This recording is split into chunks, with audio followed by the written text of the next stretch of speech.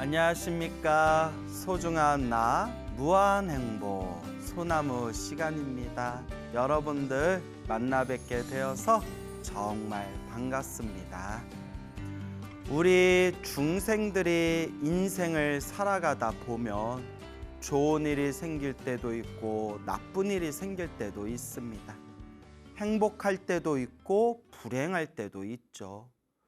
좋은 일들이 술술 풀릴 때도 있지만 힘겹고 괴롭고 답답하고 또 어려운 상황에 처할 때가 있습니다.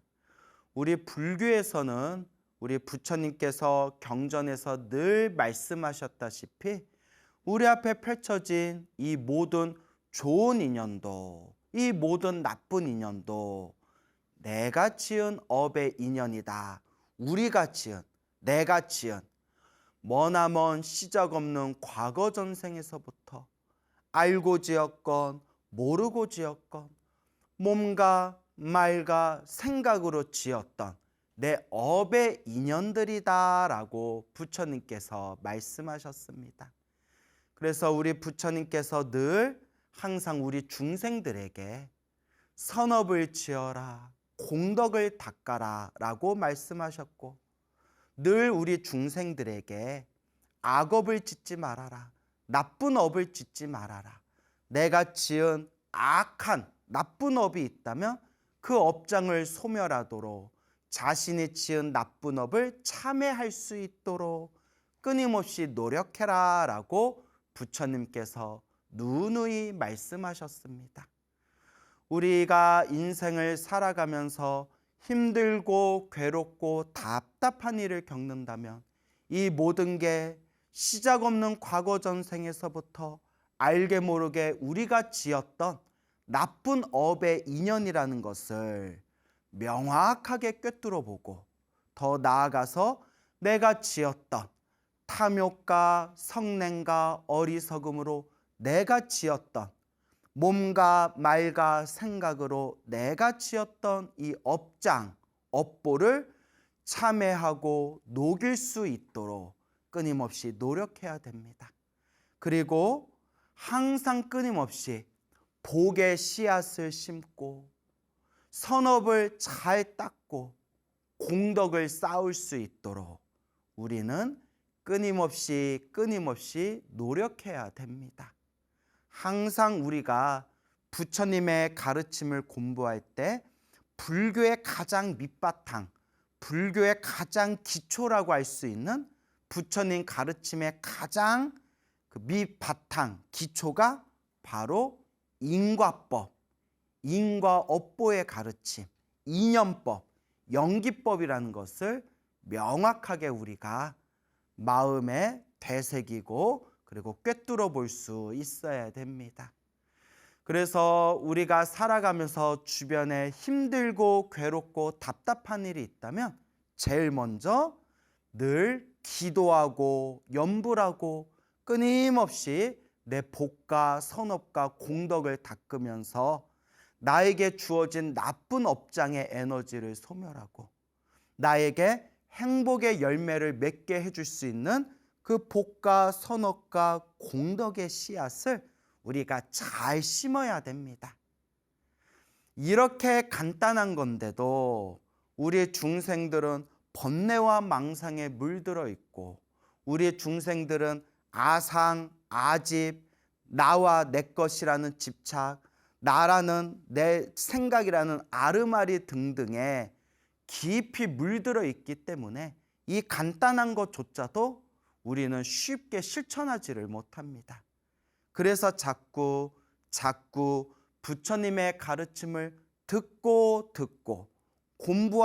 공부하면서 부처님께서 우리들에게 이와 같은 말씀을 해주셨구나. 이와 같은 가르침을 설해 주셨구나. 부처님께서 우리 중생들을 이와 같은 길로 이끌어 주셨구나. 먼저 그것을 바르게 잘 이해하면서 결국은 내가 닦아야 됩니다. 결국은 내 스스로 닦아야 됩니다.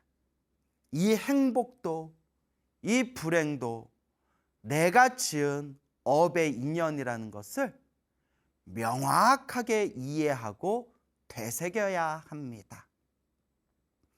얼마 전에 아주 재미난 그런 또 아주 놀라운 그런 가피 이야기를 듣게 되었습니다. 지금 마산에서 신행 생활을 하고 계시는 그런 노보살님이 계세요. 저 마산이라고 아시죠? 저 경상도에 마산이라고 있지 않습니까?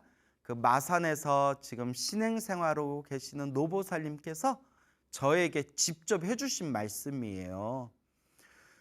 그 노보살님께서 이 불자님께서 젊었을 때 남편을 일찍 잃으셨대요. 그 남편 되는 거사님께서 아들 하나 딸 하나 두고 좀 일찍 세상을 떠나셨나 봐요. 그래서 이 불자님께서 불자님께서 이제 남편 없이 아들 하나 딸 하나 그렇게 이제 키워 나가시는데 여자 혼자 몸으로 얼마나 많이 힘드셨겠어요. 이제 스스로 직장 다니면서 당신이 이제 돈을 벌어서 집안을 꾸려야 되고 애들 키워야 되고 얼마나 고생이 많으셨겠어요. 그래도 이 불자님이 그래도 젊었을 때부터 절에 다니셨나 봐요. 또 여러분 부산, 마산 이쪽 지방이 불심이 굉장히 세잖아요. 그래서 그분도 젊은 시절부터 이제 절에 다녔는데 그 당신이 다니시는 사찰에 이렇게 관세음보살님을 모셔놓은 법당이 있대요. 그래서 이제 관음전 이런 관세음보살님을 모셔놓은 법당이 있는데 그래서 이렇게 관세음보살님께 이렇게 항상 기도를 드리면서 늘 관세음보살님 앞에는 불전함이라고 하죠. 우리 이렇게 시주 이렇게 올리는 우리가 보시금 올리는 불전함 혹은 복전함이라고 있잖아요. 복전함, 불전 올리는. 그렇게 이제 법당에 가면 또 법당마다 또 부처님이 한 분만 계시는 게 아니잖아요. 법당도 여러 개가 있고 법당마다 이렇게 불전함을 모셔놓고 있잖아요. 그래서 요 불자님이 이제 관세음보살님께 매일매일 기도하러 법당을 다니면서 이렇게 불전을 올리는데 그 당신도 형편이 어려워가지고 불전을 많이 올리지는 못했대요. 이렇게 형편껏 불전을 매일매일 기도 갈 때마다 올리셨는데 자꾸 마음에서 망상이 일어나더래요. 망상이. 어떤 망상이 일어나느냐. 자꾸 그 부처님, 불보살님 앞에 불전하는데다가 이렇게 불전 올릴 때마다 아깝다라는 생각이 자꾸 들더래요. 그럴 수 있죠. 예, 그럴 수 있죠. 아깝다. 내가 지금 집안 형편도 안 좋고 우리 애들, 아들, 딸, 애들도 키워야 되는데 매달 요 불전을 이렇게 모으면 이거 애들 차비로도 쓸 수 있고 학비로도 보탤 수 있고 그리고 생활비에도 이게 다 도움이 될 텐데 그 법당에 가서 매번 이렇게 불전을 올리려니까 그렇게 이제 자꾸 아깝다라는 생각이 들더래요. 근데 여러분 이제 사실 우리 불교에서는 신도분들이 법당에 들어오실 때 편안하게 자유롭게 들어오시잖아요. 등산 가다가도 들어오시고 이렇게 어디 소풍 가가지고 근처에 있는 절에 성지순례 가서도 이렇게 법당에 들어와서 부처님께 인사드리잖아요. 근데 아무도 불전에다가 돈 내라는 사람 없어요. 그잖아요. 그냥 절에 오셨나 보다. 절에 와주신 것만도 고맙다. 그러다가 자기가 마음 나면 형편이 되면 쌀도 올리고 초도 올리고 아니면 이렇게 지갑에서 불전을 꺼내가지고 이렇게 불전함에다 공양도 올리고 여러분들 절에 다니신 분들 다 아시겠지만 법당에 들어가서 불전에다가 공양금 안 올렸다고 아무도 뭐라는 사람 없잖아요. 광우스님이 이렇게 법당에서 CCTV로 이렇게 보고 있다가 법당에 들어왔는데 불전 안 올리고 그냥 나간다고 광우스님이 후다닥 막 뛰어가가지고 왜 불전에 공양 안 올리세요? 뭐 이러지 않잖아요. 그렇잖아요, 여러분. 절에서는 이제 그런 게 없는데, 근데 이제 그 노보살님은, 그 불자님께서는 이제 당연히 절에 와서 부처님께 기도 올리니까 갈 때마다 이렇게 불전에다가 공양을 올리는 거고, 그렇게 이제 아마 습관이 들이셨나 봐요. 근데 불전을 올리면서도 그 집안 형편이 많이 어려워서 그랬겠죠. 다 우리가 충분히 이해할 수 있는 일이잖아요. 아깝다라는 생각이 좀 자꾸 드셨대요. 참 솔직하시죠, 보살님이, 불자님이. 솔직하게 저한테 얘기를 하시더라고요.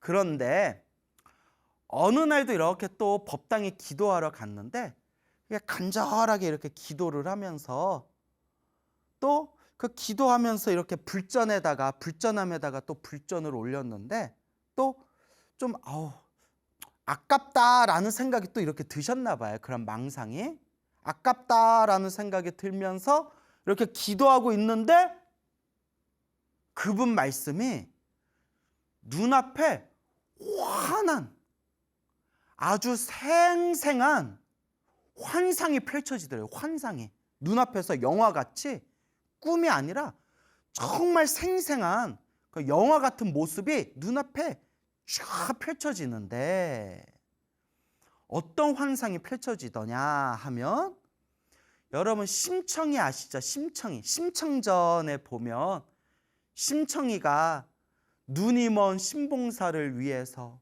공양미 300석에 몸을 팔아가지고 인당수의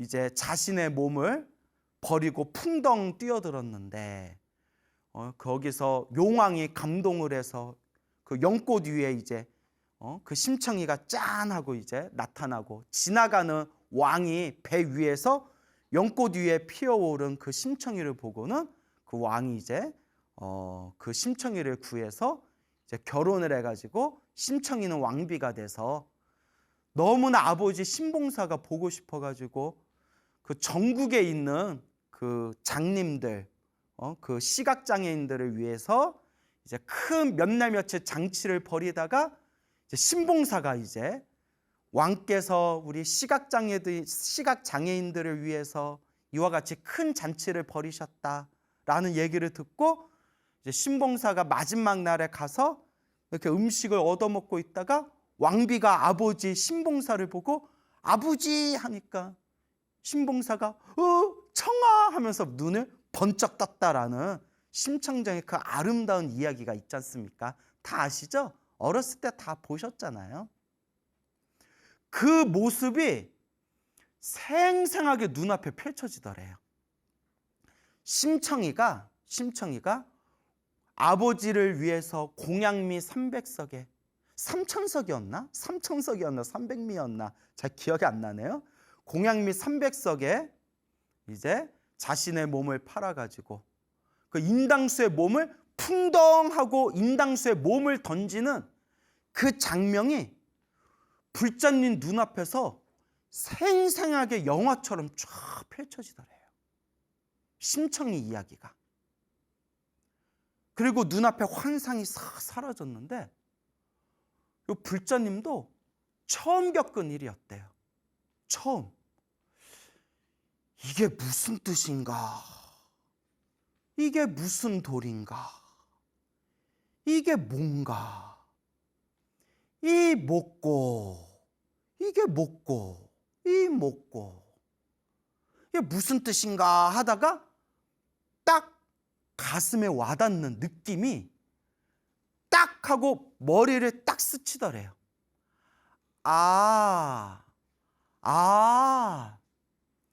내가 계속 부처님, 관세음보살님 앞에서 계속 기도하면서 자꾸 내 마음속에 불전이 좀 아깝다, 불전이 아깝다, 불전이 아깝다라는 자꾸 망상을 일으키니까, 부처님이, 관세음보살님이 내 인색한 마음을 일깨워 주시려고 그 심청이가 아버지를 위해서 공양미 300석에 자기 몸을 팔아서 그 인당수에 자기 몸을 자기 몸을 희생한 그 모습을 내 눈앞에 보여주신 거구나. 관세음보살님이 내 마음을 일깨워 주신 거구나라는 게 머리를 땡 하고 때리시더래요. 이야. 그런데 이것도 제 생각에는 우리 부처님도 관세음보살님도 알아들을 수 있는 사람한테나 그런 모습을 보여주시는 거지, 아무나 그렇게 그런 환상이나 영상을 보여주시는 건 아니잖아요. 제가 보기에는 요 불자님이 그래도 전생에 성근이 있고 마음이 좀 순수하셨던 분 같아요. 그러니까 알아들을 것 같은 사람한테도 관세음보살님이 이런 모습으로 일깨워 주시는 거겠죠. 그때 보살님이 어리석은 내 마음을 일깨워 주셨구나. 어리석은 내 마음을 일깨워 주셨구나. 그러면서 눈물을 쭈르륵 쭈르륵 눈물을 흘리면서 부처님 관세음보살님 앞에서 다 합장하면서 이렇게 발언하셨대요. 부처님, 보살님, 제가 이제부터는, 오늘부터는 제 몸을 아끼지 않고 더 열심히 기도하겠습니다. 제가 부족하면 부족한 대로 제 형편껏 열심히 복을 짓겠습니다. 부처님, 제가 더 열심히 닦겠습니다 라면서 눈물을 주르르르 흘리면서 그렇게 부처님과 관세음보살님 앞에서 두 손 모아 합장하시고 그렇게 발언을 하셨다고 합니다. 그래서 원래도 절을 열심히 다니셨지만 그날부터 더 열심히 기도하시고 더 열심히 공덕을 닦으셨대요. 그러면서 그날 이후로 하루도 기도를 멈춘 적이 없었대. 단 하루도. 항상 당신이 기도할 분량을 딱 정해놓고 하루도 기도를 쉰 적이 없었대요. 그래서 요 노보살님이 무슨 말씀을 하시냐 하면 요 불자님께서 젊은 시절에 직장을 다니다가 뭐 이렇게 한번 직장 사람들끼리 뭐 MT를 간다든가 뭐 이렇게 소풍 같은 데 갈 때 있잖아요. 아니면 무슨 수련회 같은 데 갈 때 있잖아요. 수련회 같은 거. 이렇게 사람들하고 같이 어디 멀리 지방에 가게 되면 이렇게 방을 같이 썼대요. 이제 남자 직원들 따로 여자 직원들 따로 방을 그렇게 같이 썼겠죠. 그러면 하루 종일 이렇게 사람들하고 있다 보면 기도를 할 수 있는 시간이 없다는 거예요. 그 기도 시간을 놓쳐버리잖아요. 그러면 이제 유일하게 밤에 잠잘 때 이제 유일하게 시간이 남는데 도저히 어디서 기도할 데가 없더래요. 거기 이렇게 모텔이나 수련회관 같은 데였겠죠. 그래서 사람들하고 단체 생활하면서 방을 같이 쓰는 상황이니까 혼자 밤에 일어나서 기도하면 옆에 교회 다니는 사람들도 있을 거고 성당 다니는 사람도 있을 거고 또 잠을 자고 있는데 막 기도하고 있으면 사람들 잠자는데 피해를 줄 수도 있잖아요. 그래서 보살님이 어떻게 했냐면 불자님이 살짝 사람들 자고 있을 때 살짝 일어나가지고 화장실에 들어가서 화장실에 앉아가지고 화장실에서 혼자 기도하셨대요. 오늘 해야 할 기도를 화장실에서 그걸 다 하셨대요. 부처님, 제가 어쩔 수 없이 화장실에서 기도합니다. 부처님, 용서하십시오 하면서 그날 기도를 화장실에서라도 다 했다는 거예요. 그 말을 듣고 제가 얼마나 깜짝 놀라고 감동을 받았는지, 저 같은 경우에도 여러분들한테 맨날 기도해라, 매일 기도해라 하지만 저도 막 너무 피곤하거나 상황이 여의치 않거나 어디 멀리 지방에 있거나 할 때는 저도 그냥 부처님은 내 마음 아시겠지 하면서 저도 그냥 잘 때가 있거든요. 예, 부처님이 내 상황을 아시겠지. 예? 저나 여러분이나 중생들 마음이 좀 그런 게 있잖아요.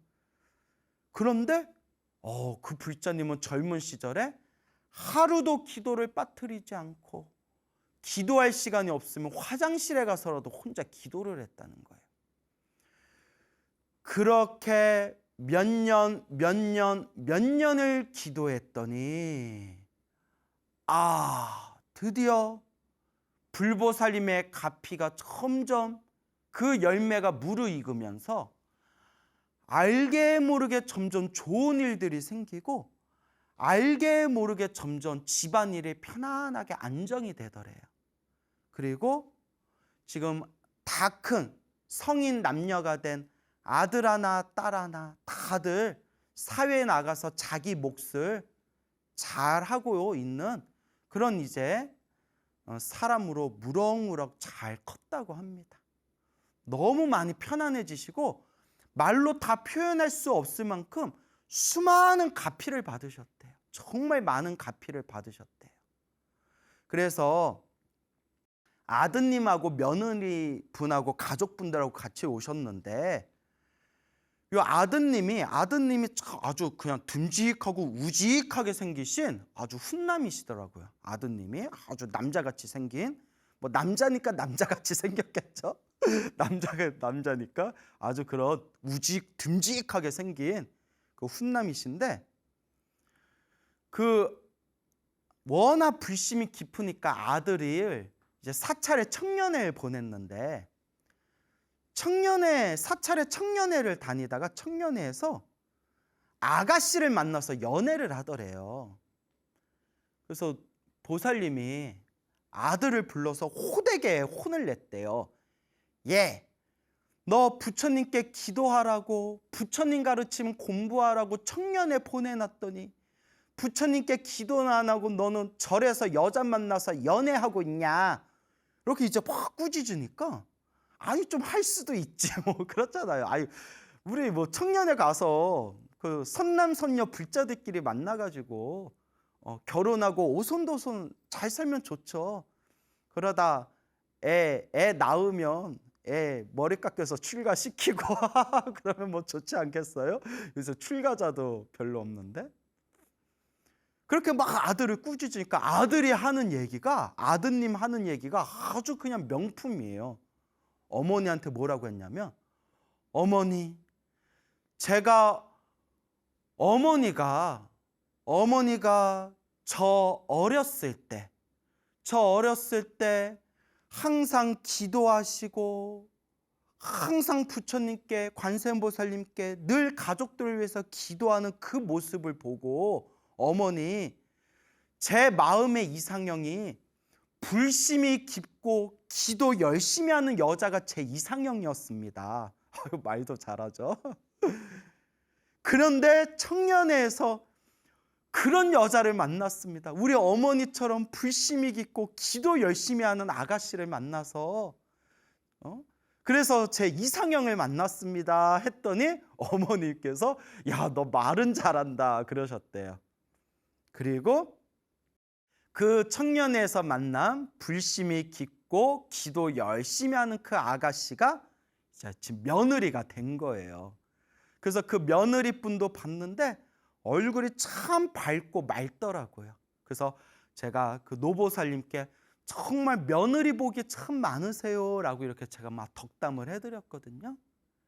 너무 보기가 좋더라고요.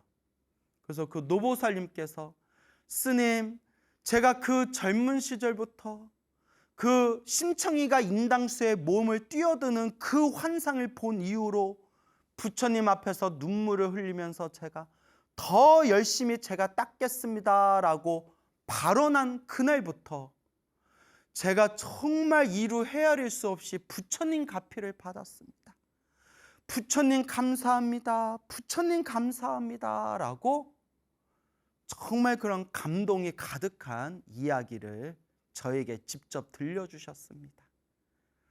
참 아름답고 너무나도 아름다운 그런 불자님의 가피 이야기가 아닐 수가 없습니다.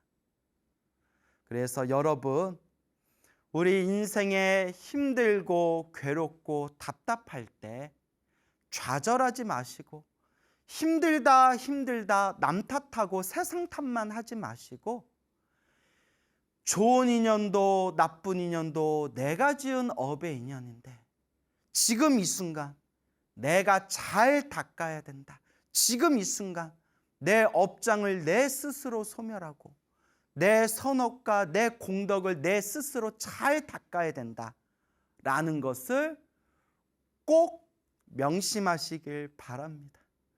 부처님의 가피가, 불보살님의 가피가, 늘 기도하고 기도하는 공덕을 닦는 우리 불자들과 부처님의 가피가 늘 함께 할 것입니다.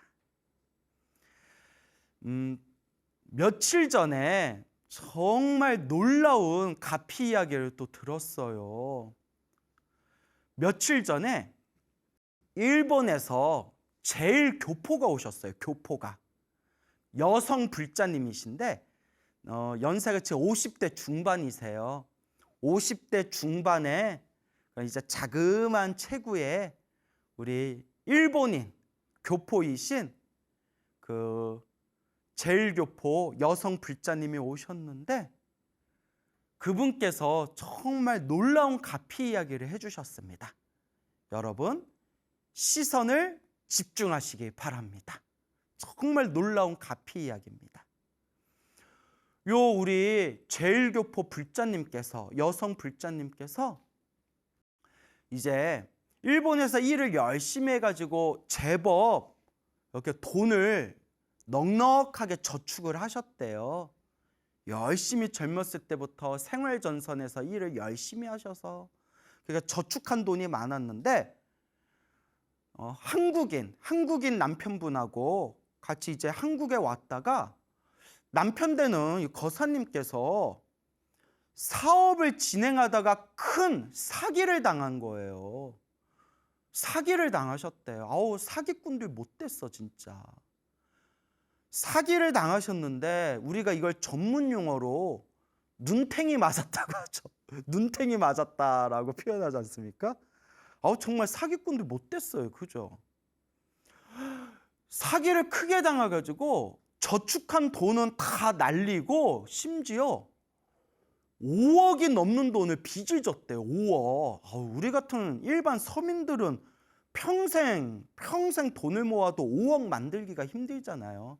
생활비로 돈 쓰면서 이렇게 그 저축을 해도 직장인들이 정말 노후에 5억을 저축하기가 힘들다. 뭐 이런 얘기들이 있잖아요. 우리 서민들은. 빚을 5억이나 진 거예요. 어떡해요. 5억이나 빚을 졌으니.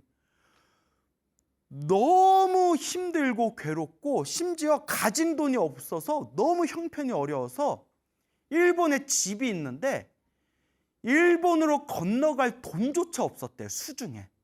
완전히 바닥이 나가지고 그냥 경제 상황이 완전 바닥을 쳐서 주머니에 일본 집으로 돌아갈 돈조차도 없을 정도였대요. 그 멘탈이라고 하죠. 멘탈. 그 정신이 우르르르르 무너져가지고 강가에 몇 번이나 갔대요.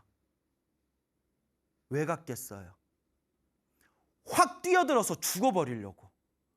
몇 번이나 자살 시도를 하려고 그 강가에 가가지고 강에서 뛰어들까? 그냥 이 세상 다 놓아버릴까? 그냥 죽어버리면 편할까? 그리고 5만 가지 생각이 들더래요. 다행히 죽지는 않으셨어요. 다행히 물에 뛰어들지는 않으셨는데 그냥 아차하는 순간에 자기 생명 놓아버리는 거예요. 얼마나 힘들겠어요. 얼마나 괴로우셨겠어요.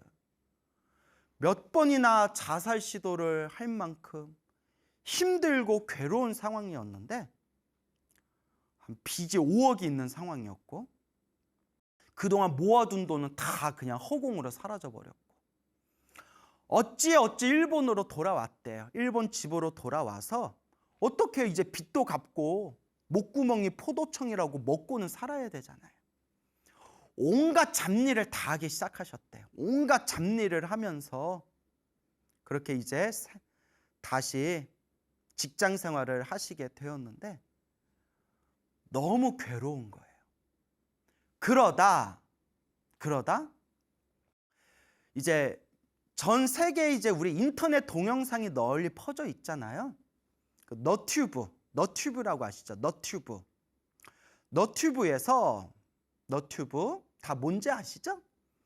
너튜브에서 우연히 광우 스님의 소나무를 딱 보게 됐대요. 일본에도 인터넷은 다 되니까 딱 동글동글한 광우 스님이 소나무에서 막 이렇게 불교 TV BTN 소나무에서 막 이렇게 썰을 푸는데 딱 보는 순간 요 불자님이 딱 소나무 보는 순간 딱 드는 생각이 이런 사이비라고 야 이런 사이비를 봤나 딱 든 생각이 사이비였대요. 사이비. 정말 막 거짓말 같고 말도 안 되고 어이가 없고 짜증이 나더래요. 무슨 막 기도를 하니까 막 가피를 받고 막 몸에 병이 났고 안 좋은 일들이 술술 풀리고 야 이런 사이비를 봤나. 야 말은 잘한다. 참 말은 잘한다. 이렇게 생각하셨대요. 그리고 이제 계속 꾸준히 소나무를 보셨대요. 그래서 제가 여쭤봤어요. 아니 보살님, 불자님 소나무 보는 순간 이런 사이비를 봤나? 이게 다 거짓말이지 이게 말이 되냐? 라고 생각했다면서 소나무는 왜 계속 보셨어요? 하고 여쭤봤더니 그잖아요. 말이 안 되잖아요.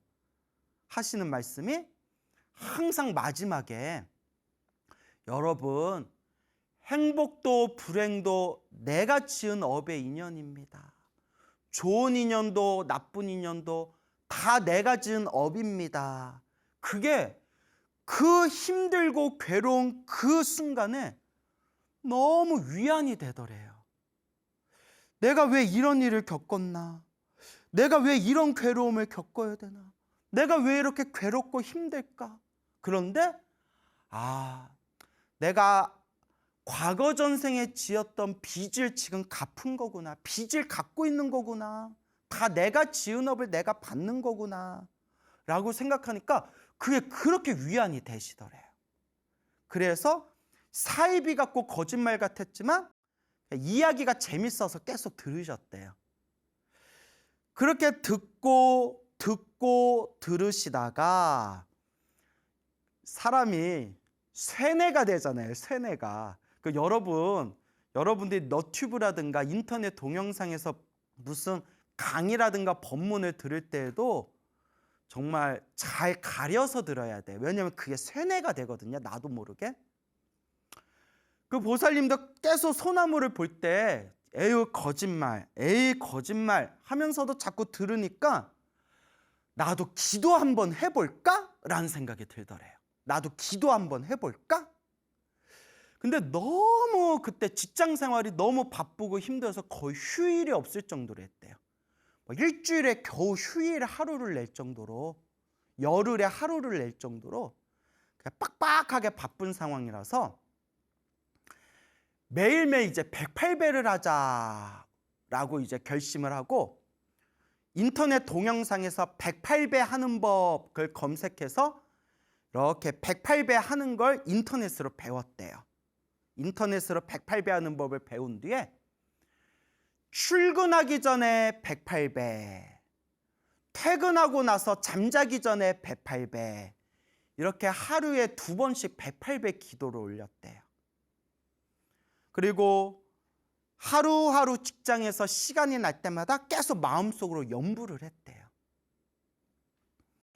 108배를 하면서 절을 하면서 한 배 한 배 절을 하면서 간절하게 마음속으로 부처님 제발 제가 빚만이라도 갚게 해주세요.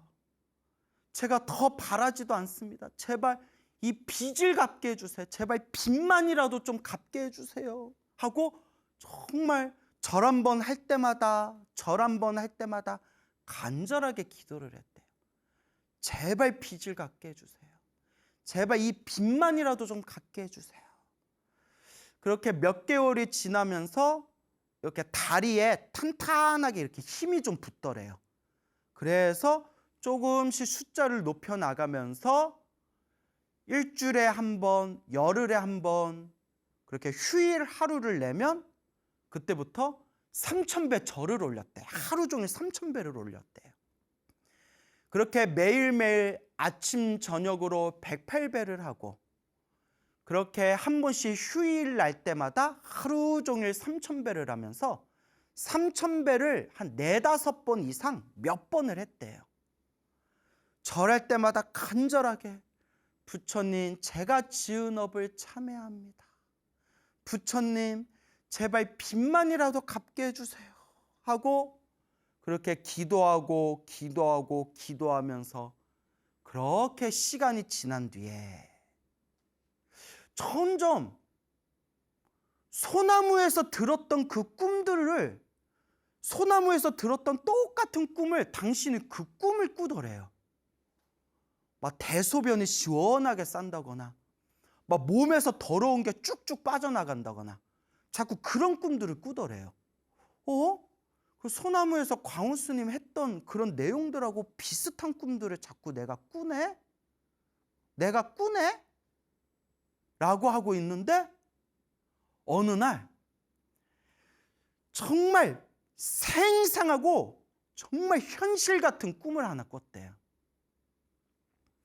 환한 그런 꿈 속에서 부처님이 눈앞에 딱 하고 나타나셨는데 황금빛, 우리 법당에 가면 황금 불상 있잖아요. 찬란한 황금빛 부처님이 딱 합장을 하시고 너무나 환하고 너무나 해맑게 미소를 지으면서 황금빛 부처님이 환한 웃음을 환하게 미소 지으면서 저 하늘 위로 붕 하고 하늘 위로 솟구치는 꿈을 꿨대요. 부처님 하고 그 황금빛 부처님이 허공으로 싹 솟구치는 꿈을 꾸면서 딱 꿈에서 깼는데 그날 이후로 점점 주변에서 좋은 인연들이 생기고 정말 상상도 못하게 기적같이 좋은 일들이 막 생기면서 여러 좋은 인연들이 도와주면서 3년 만에 그 빚을 다 갚았대요. 지금 생각해도 자기도 어이가 없대요. 3년 만에 그 수억을 내가 어떻게 다 갚았지?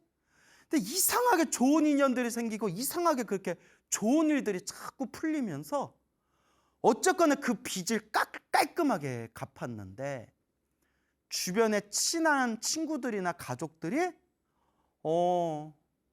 나 3년 만에 그 빚을 다 갚았어 라고 하면 다들 놀래서 믿지를 못한대요. 그 빚을 다 갚고 요 보살님이 마음으로 딱 제 첫 번째 목표를 세운 게 코로나가 가라앉자마자 한국으로 가서 광우 스님 뵙고 감사 인사 올리는 거, 그게 자기 마음속의 목표 1위였대요. 내가 몸둘 바를 모르겠다. 제가 그렇게 잘난 사람도 아니고 제가 도와준 것도 없고 본인이 기도해서 본인이 갚이 받은 거지 제가 도와준 것도 하나도 없는데 코로나 가라앉으면 무조건 한국 가서 광우 스님 얼굴 보고 무조건 감사 인사 올리는 거, 그게 첫 번째 목표였대요. 그러면서 그 보살님께서 한국에 오셔서 저를 만나고 제 앞에서 당당하게 하시는 말씀이, 스님, 저는 소나무를 보고 사입이다, 거짓말이다 생각을 했습니다. 하지만 지금 이 순간 저는 100% 믿습니다. 소나무에 나온 그 내용을 100% 믿습니다. 왜냐? 제가 경험하고 제가 체험했기 때문입니다. 스님, 불보살 가피는 분명히 있습니다. 제가 증인입니다 라고 말씀하시더라고요. 그래서 불자님께 보살님, 와, 너무 대단하다. 감동, 막 감동의 도가니탕이 막 쏟아진다. 제가 이 이야기 소나무에서 해도 되겠습니까? 아, 얼마든지 하십시오. 얼마든지 하십시오. 제가 증인입니다. 라고 말씀을 하시더라고요. 그래서 지금 집에서 그 자그만 불상으로 집에 불단을 이렇게 모셔놓고 매일매일 나무 아미타불 연불하면서 그 일본에서 늘 우리 불교 TV, BTM 보시고 항상 소나무를 계속 들으면서 그렇게 부처님 은혜 갚는 마음으로 매일매일 그렇게 연불 수행하고 계신답니다. 그리고 하시는 말씀이 저는 뭐 몰랐는데 일본 그 교포들, 일본에는 불자들이 많대요. 일본 교포들, 불자들 사이에서 우리 소나무가 엄청나게 인기가 많대요. 엄청나게 인기가 많아서, 예? 그래서 그렇게 소나무를 통해서 너무나 큰 희망과 가피를 얻었습니다라는 그런 또 소중한 말씀을 드렸습니다. 여러분, 결국은 내가 닦아야 됩니다. 스스로가 닦아야 됩니다. 절대 남이 닦아주는 게 아닙니다. 저조차도 여러분들을 대신해서 그 업보를 닦아줄 수가 없습니다. 내가 본인이 닦아야 됩니다. 여러분, 행복해지고 싶습니까? 행복한 삶을 창조하고 싶습니까? 복을 지으십시오. 선업을 지으십시오. 공덕을 쌓으십시오. 복과 선업과 공덕의 힘이 여러분들을 진정한 행복의 길로 이끌어 줄 것입니다. 여러분, 성불하십시오.